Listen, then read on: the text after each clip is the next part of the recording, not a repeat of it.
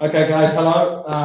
Not quite our last press conference of the season, so we've still got another game after this one. Quite a significant one.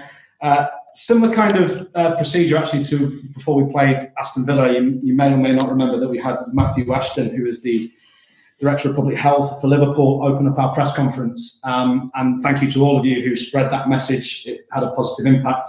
A lot of you on this press conference have a very wide reach in terms of being able to spread a message to our supporters in particular and people in the city. We're doing something similar today.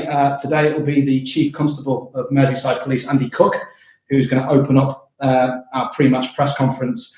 To my knowledge, we've never had a Chief Constable at one of our press conferences before, but since the restart of the season, the club has been all too aware of the risk that coronavirus presents to the communities of Merseyside, and we've been working alongside Merseyside Police, Liverpool City Council, and the British Shankly supporters group to reach out and ensure people don't put themselves or their loved ones at risk of the virus. Today, Chief Constable Andy Cook is here to remind us all of the very real risk, and we'd invite Andy, if he's with us, or the Chief Constable, to kick off our press conference. I think we can see you there, Chief Constable. If you could unmute yourself, and then the floor is yours. Thank you very much, and good afternoon, everyone. Just like to start by saying I'm not here just as the Chief Constable of Merseyside Police today. I'm here as a father, a husband, son and brother who cares about my family and friends and the potential impact that a second spike of coronavirus could have on the people of Merseyside. This pandemic's not gone away, and since the restart of the Premier League, we've worked relentlessly with Liverpool Football Club, Public Health and Spirit of Shankly to remind people of the genuine dangers that this virus still presents. I know we've seen the relaxation of lockdown, but you've only got to pick up a newspaper, switch on the TV to see that other areas of the country, including the areas close to home, are having to reintroduce restrictions following that rise in the number of COVID-related cases. I'm really proud of this city. It's no secret that I'm also a Liverpool supporter, but my duty to the city and the communities of Merseyside will always come first. Yes, there have been many large gatherings in other cities, including illegal raves, but that doesn't mean we have to follow suit. Liverpool has always been known as a city that cares and comes together in a crisis. But we're still in that public health crisis, and I'd urge people to watch the match at home or in the local pub if there's space. But please, don't put yourselves, your loved ones and others at risk of contracting this virus by ignoring the current advice not to gather in large groups. We'll have a full policing operation in place at the ground and surrounding area tomorrow night. And my officers will take action if people fail to adhere to social distancing regulations and potentially put other members of the public at risk. Both the club and the City Council have said there'll be a celebration when it's safe to do so. And yes, we collectively understand the desire to celebrate and to show the team our appreciation and to have a massive party, but now is not the time for celebration. We've waited 30 years, so a few more months isn't too much to ask. Too many people have lost their lives already, so please, let's work together to keep our families, friends and neighbours safe. And please, listen to LFC, listen to Mr. Klopp and the players, and trust them. When they say the day will come for celebration, it'll come. But that day really is not tomorrow. Thank you. Mr. Klopp. Thank you. Sorry? Yeah, sorry. And Chief Constable, thank you very much. Have you got a response? No. Okay. What could I say? Much more a person like Andy Cook, who's much more knows much more about the situation. What he didn't say. So I agree 100%. Thank you very much for these words. It's very important that we remind ourselves again that even some things changed. Obviously, thank God. Something changed, but we are not through this, and we have to make sure that we don't put anybody in risk. That's what we try constantly, and that's what everybody should try.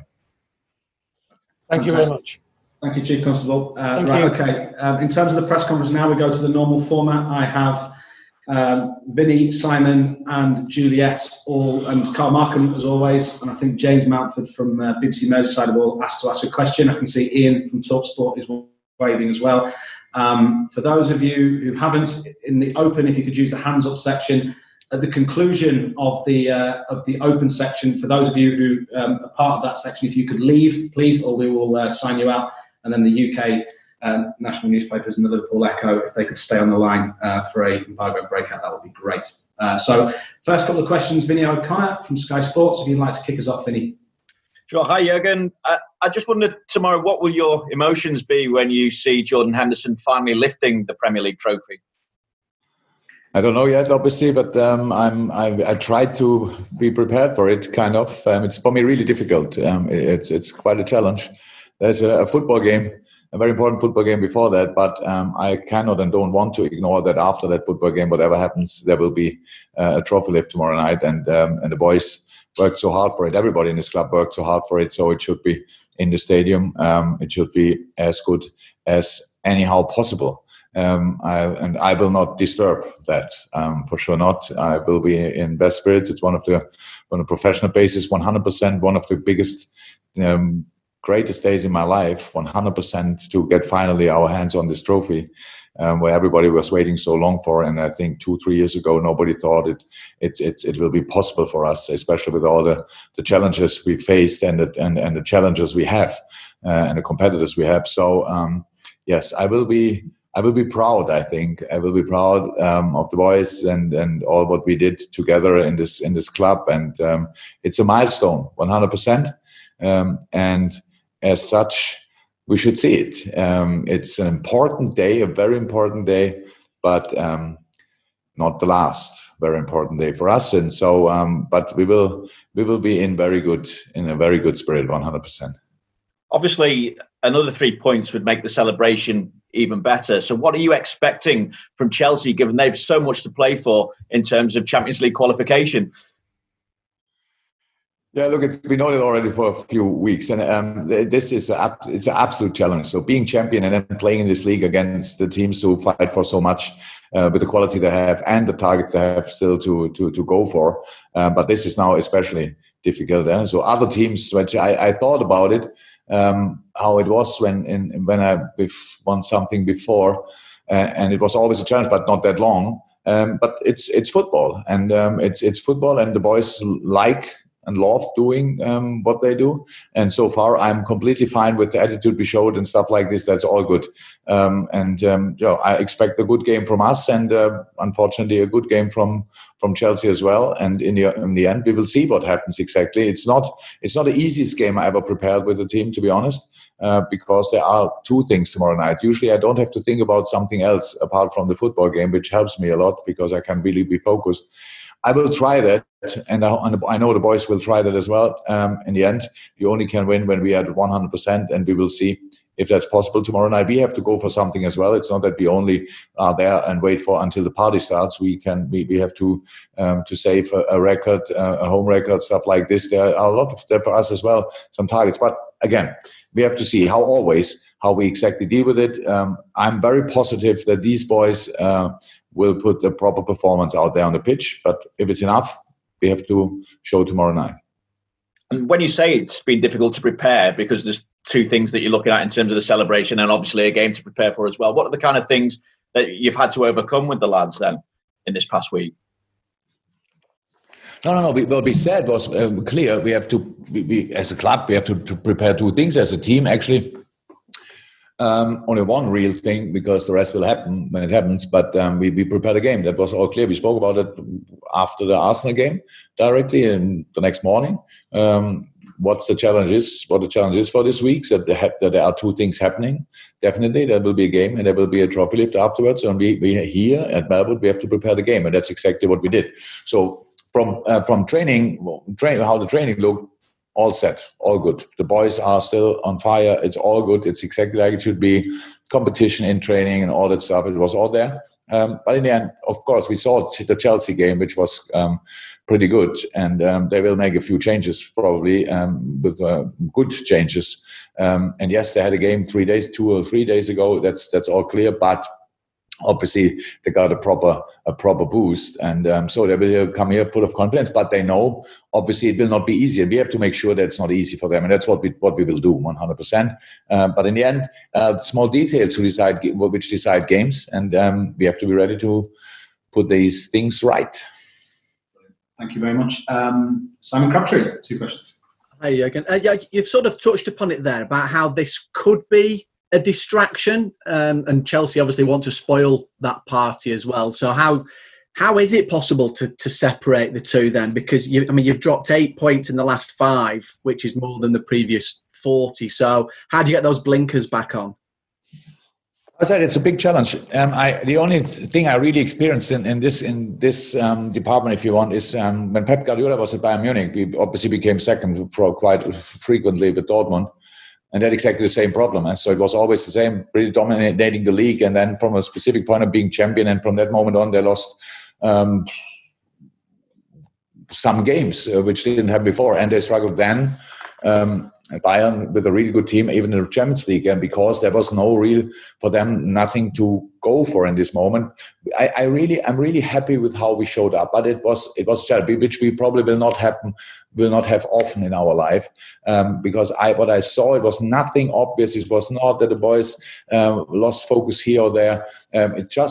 There were little things which you could see in the last game. We got a clear better side against Arsenal. It was a really, really good game from us, and we lost it for obvious reasons, and that's how it is. So I don't have an answer for that. I only can say that we tried everything. We didn't prepare the 2 things. We prepared one thing. We prepared the game, and that's what we still do. And everything will be like always, and then we have to go out there. But in sports and in life, the only thing what you can do always is to make the first step before the second step, and the first step is the game.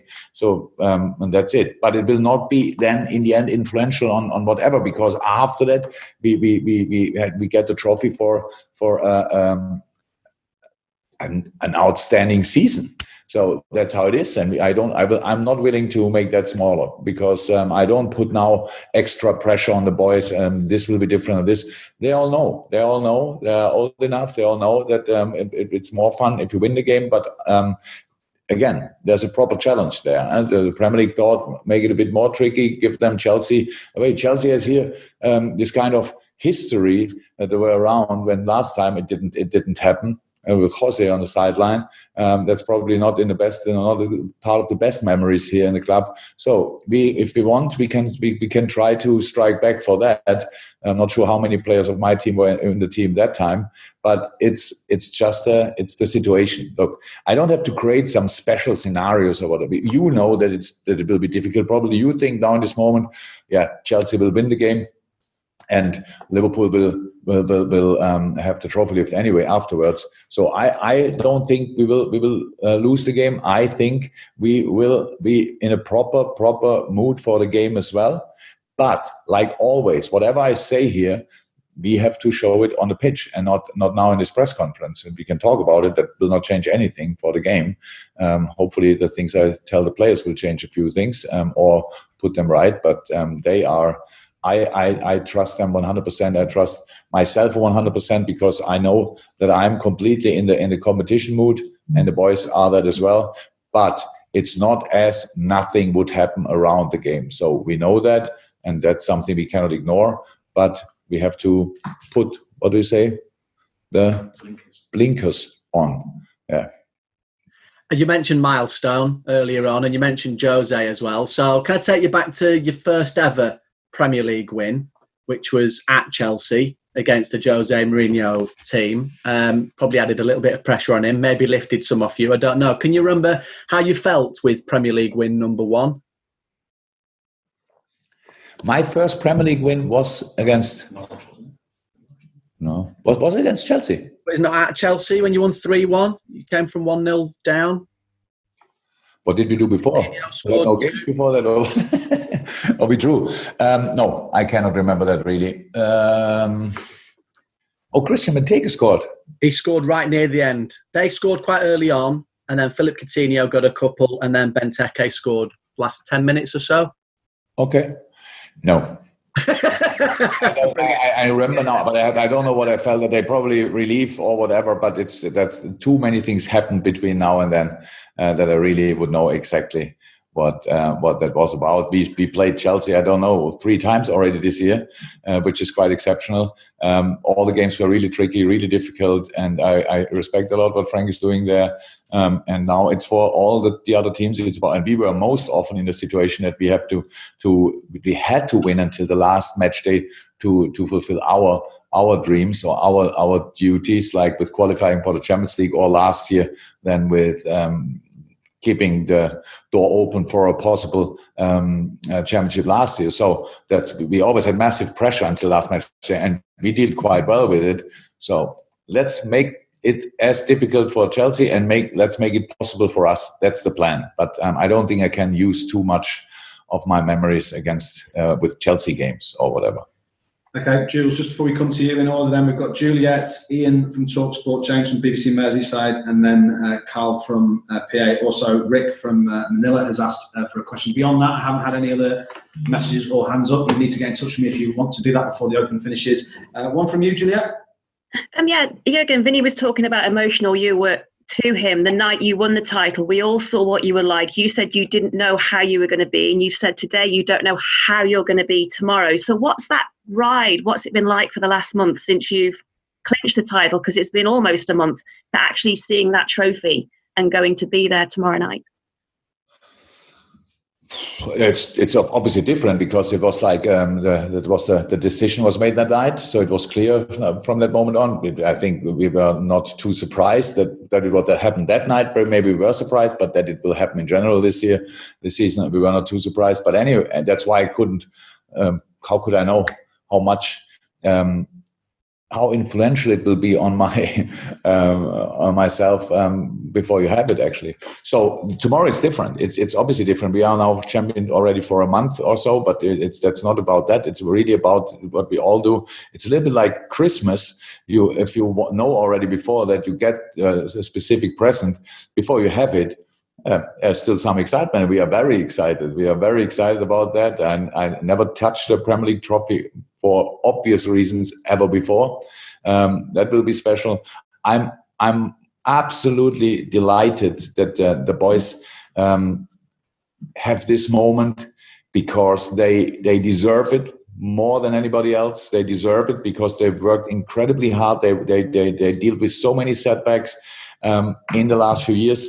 Because we didn't win we won the title this season, but we prepare it already since 2-3 years, and so it was a really long run up to this moment, and it will be 100% emotional again. How emotional, I don't know, because that's how it is with emotions. You have to wait until you feel them. Thank you, Jules. One from TalkSport, Ian. Hi, Jurgen. Hi. And you're the manager now that everybody wants to be. You're the standard bearer, and your team are the standard bearers. They are the champions, and they won it with such style. And tomorrow night you're facing another young manager who's hoping to build a team and maybe be on the steps of this 2 or 3 year run up to winning the title. Can you just assess the job that Frank Lampard's done at Chelsea and whether you expect them to be one of your challengers next season? First and foremost, with managers, it's like this. One day you are the one everybody wants to be, and the next day you are the one nobody wants to be. That's there's not a lot of time in between, but no problem with that. Frank is doing an exceptional job, not only at Chelsea now. He did really, really, really well at Derby already.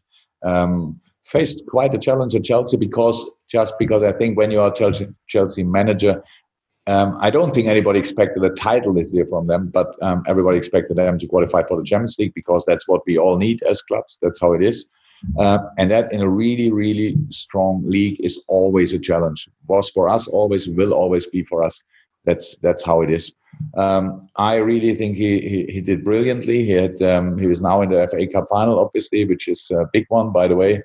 Both young managers in the FA Cup final will win their first major trophy. One of them will win their first major trophy this year, so that's really impressive. But Frank knows that as well. He has a really good team around there on the pitch. That's a proper team, a lot of talent. But he made some interesting decisions. He changed systems from time to time, even during games and stuff like this. So that shows just that he used his playing time not only for moving his legs, that he really learned about the game and knew already about the game before he started managing, which is a completely different animal, obviously. But he looked really prepared for the job, and I respect that a lot. And still young, yeah, but we were all young one day in our life. But he's 100% ready for the challenges out there, and it's nice. It's nice for him being a Chelsea legend, being now there in the hot seat, and I think everybody there wants him to succeed. And I have no problem with that. Actually, the only problem I have tomorrow night, we have our own targets. That's how it is, and we have to show who has better targets to fight for tomorrow night. And we have an extra challenge on top of that. That Chelsea doesn't have that, but it's actually the best extra challenge you can have in life. That you get a trophy after the game, whatever result there will be tomorrow night. So that doesn't happen a lot in your life, at least not in my life. And so that's all okay. But how I said, Frank is doing a really, really impressive job there. Fantastic. James Mountford from BBC Merseyside. James. Hello, Jurgen. The last time Liverpool won the title in the game, when they were presented with the trophy, Sir Kenny Dalglish came on as a substitute late in that win over Derby. And he'll be part of the presentation team tomorrow night. How pleased are you for him that he gets to be part of this and that Liverpool are once again champions? Now, first, I have to say there's no chance that I will come up as a sub in this game tomorrow night. Maybe that's most important information for everybody. No, it's great. It's absolutely great. Look, directly after the game, when we became champion, when we were there in the hotel and we had all the different duties to do and to fulfill, and talking to all of you, it felt like we had to talk to everybody. But then you saw Kenny and Graham Souness sitting there in the studio, wherever they were, and how much it meant to them as well was just really nice to see. This club touches you, gets you, and will never. Even if you wanted, I don't think if you could ever get rid of it. It's just because this club is so big and so emotional, so you stay together forever, pretty much. And I'm really happy that Kenny will be around. I said it that night because he deserves it. He's the best nickname and the most deserved nickname probably ever. King Kenny will be in the stadium, will be exactly there where he has to be when Liverpool wins something. And I'm really happy about that. As happy as I was, really, and I mean it, for Steven Gerrard. And we had some messages, exchanged some messages anyway through the lockdown, but then after that as well, because it means so much to him. It means so much to Kara and all these guys, and only as examples for all the players in the past who tried it so hard. They know exactly what this team did. They know exactly how big the pressure can feel when you are close to it. And my boys now, they deal sensationally well with it. And I'm happy that they recognize it, and as much my team recognize exactly how much it means to them and to that generation of players, because they were outstanding as well. And they have a massive, massive Liverpool heart. And so it's for all of them as well. And we've obviously heard about the advice from the police to the supporters, but how mindful will you be of the fans when you lift that trophy and the presence that they are to this club? I really hope that our fans know, meanwhile, that we mean it when we say it. It's for you. It's 100% for you. And it's, the best example is that we won this league we had not enough points until then, but we won this league before lockdown. We brought it over the line after lockdown. And again, I'm really happy with what the boys did. Not happy with all the results, but what the boys did, I'm really happy. That shows me there's a massive basis and a good chance that we will stay a really, really good football team. So, but that should show everybody together we can do anything. If we really stick together, then we can do anything. And that's exactly what happened in the last 3 years. And maybe since I'm in, actually, I always felt a massive support. And so I can understand that's a tricky situation. I really can understand. And probably people will say now, after what happened at Leeds, which is a big success as well, congratulations to them, how the pictures look. We all sit there and look at it and think, wow, that's strange now. You don't want to say that's completely wrong, but it is wrong because we're all human beings. It is wrong. It was not right, and we cannot excuse one wrong thing, or make an excuse for one wrong thing, but another wrong thing, that we cannot say, but they did it, so we do it. That's not how we can do it. The situation is really, really different to all situations we ever faced. Longer back than 30 years we ever faced. And again, I promise we will have this party which everybody deserves at an appropriate time. Pretty much the first possibility we will use to do exactly what everybody deserves. But we can do it only if everybody behaves appropriately. That's how it is. That's how it is. In the stadium, we're in a safe place. So watch the pictures. That will be as emotional as possible. That's much more possible than it was before. Months ago, 3 months ago, nobody would have thought it's possible. Now we know it's possible. Now we have it. And now we should really do the right thing again. I only can ask you for exactly that. And again, I understand it's a personal challenge. But we had more and we had bigger challenges in the past with this club, 100%. This time we are really prepared for that. And so stay at home, celebrate there in a safe place with your families and a second household or whatever. And keep it in your mind, we will be together, all together, when it's possible again. Carl Markham, if you can unmute Carl. Sure. Hi, Jurgen. It's 3 years to the day since Andy Robertson signed for the club. I'm just thinking, in terms of value for money, he's got to be one of the best, hasn't he? Yeah. I really don't like that. This kind of like we always talk about players that surprise and that surprise. And Andy Robertson, I'm not sure we would have paid 30 million that time, but it would have been worth it. So if you want it on all that stuff, so it was not about the money that we took, because your price can be 8 million. If you're not good enough, then 8 million is pretty expensive. It's a lot of money for somebody who's not good enough. So that's how it is. So Andy Robertson we brought in because he was a player we thought who could really help us. It was always clear he has to improve a few things, but a few things were already then that good that we said, okay, come on, let's give it more than a proper try. And I couldn't be more happy because all the things I thought about him, he's much better. He's a much better person. He's a much better football player. He has an incredible personality. So great 3 years, absolutely massive win-win situation for the wonderful lad from Glasgow and for the club as well. So perfect fit. And just in terms of spending money, Chelsea have already started heavily investing in their squad for next season. I'm just wondering, you think that's a byproduct of the standards you've set this season in terms of how far ahead you are of other teams? I didn't understand or read the second part of the question. Sorry. What was it? Chelsea spent and then I didn't understand anymore. No, in fact, that you're so far ahead of other teams that people are having to spend a lot of money to try and close that gap. Oh, okay. Look, I'm completely happy with my squad 100%. It was last year when everybody asked us to sign him and stuff like this, and because of our reasons, we didn't do it. It's not that we don't want or whatever. So it's just we we try to make right decisions constantly.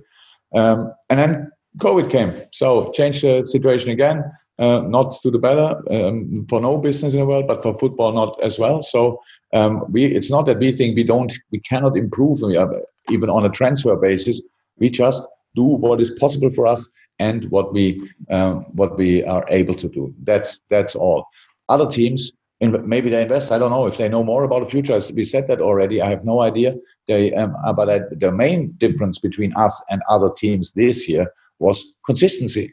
You saw how tight the game was. We won against Chelsea away, I think 2-1, if I'm 100% right. So now there are, I don't know exactly how many, 25, 30 points or whatever behind us.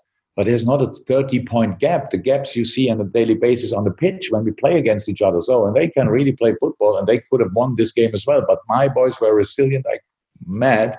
They put absolutely everything in the game, and that was the difference. And I don't know if you can buy that on the transfer market. That you get these kind of things. We had to build this as well, so that needed time, obviously. And it's not about spending; it's about having the right team for the next season, but always based on your own situation. So we cannot buy because other teams buy.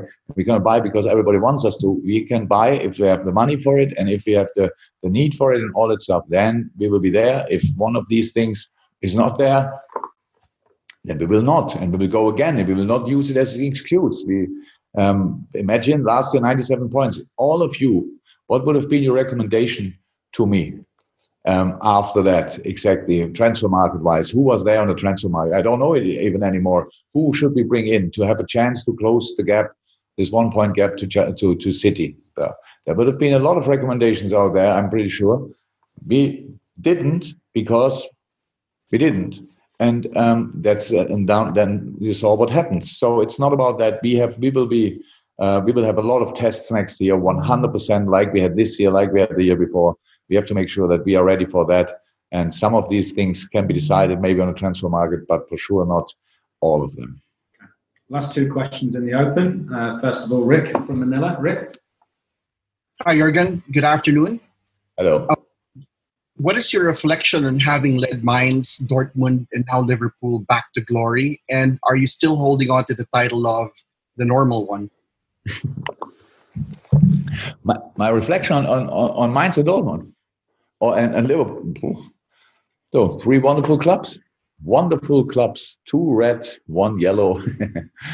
That's it. So I enjoyed each second in these clubs. That's probably the best thing I can say. I have a lot of friends there. But there's another very good thing you can say. If I would go back now just to watch a game, they wouldn't close the doors, let me say like this, and try to throw the key away, which is really nice to know. But anyway, I was not back a lot. I never watched a Dortmund game in the stadium. I watched exactly 1 Mainz game since I left Mainz in the stadium, and that was in my break. So that's how I see it. In our time on this planet, we have to create relationships because that's what it's all about. And I have still wonderful relationships with people in both of these clubs. And I said, very, very emotional clubs, all 3 of them. Mainz needed a little bit of a little kick in the beginning, but meanwhile they are very really, really emotional club. And Dortmund was always, and Liverpool was always. So that's the situation. Okay, and just before we go to the last question, who's going to be David Lee, who I think from the Singapore media. If those of you who aren't part of the normal breakout that we do, if you don't mind leaving the meeting pretty promptly when we finish this, and those of you who are, if you could stay on, we'll come back to you in a few minutes. So I think we're finishing with David Lee. David? Right. Hi, Jurgen. Congrats on a momentous season. Can you indulge us? You've talked about Andrew Robertson. Can you indulge us and tell us who do you think will be deserving of the PFA Player of the Year and why? Thank God I don't have to make this decision. Yes, I heard there's no, no Ballon d'Or this year, right? But PFA Player of the Year we will have. And I don't know exactly. So thank God I don't have to make the decision. My job is to bring as many players as possible to the election, pretty much. And I think we have a few in contention, so which is very good. But I'm really happy that we played the season we played, and that was only possible because the players played an incredible season. All of them, all the individuals played an incredible season, and so I'm very pleased that obviously it's not 100% clear who will be the PFA Player of the Year, but there will be some Liverpool players around, I'm pretty sure. Cool. Good news. Thank you, David. Thank you very much. And thank you all. For those of you who are staying on, stay on. We'll come back in a few minutes. For those of you who aren't, if you could press leave, that would be fantastic.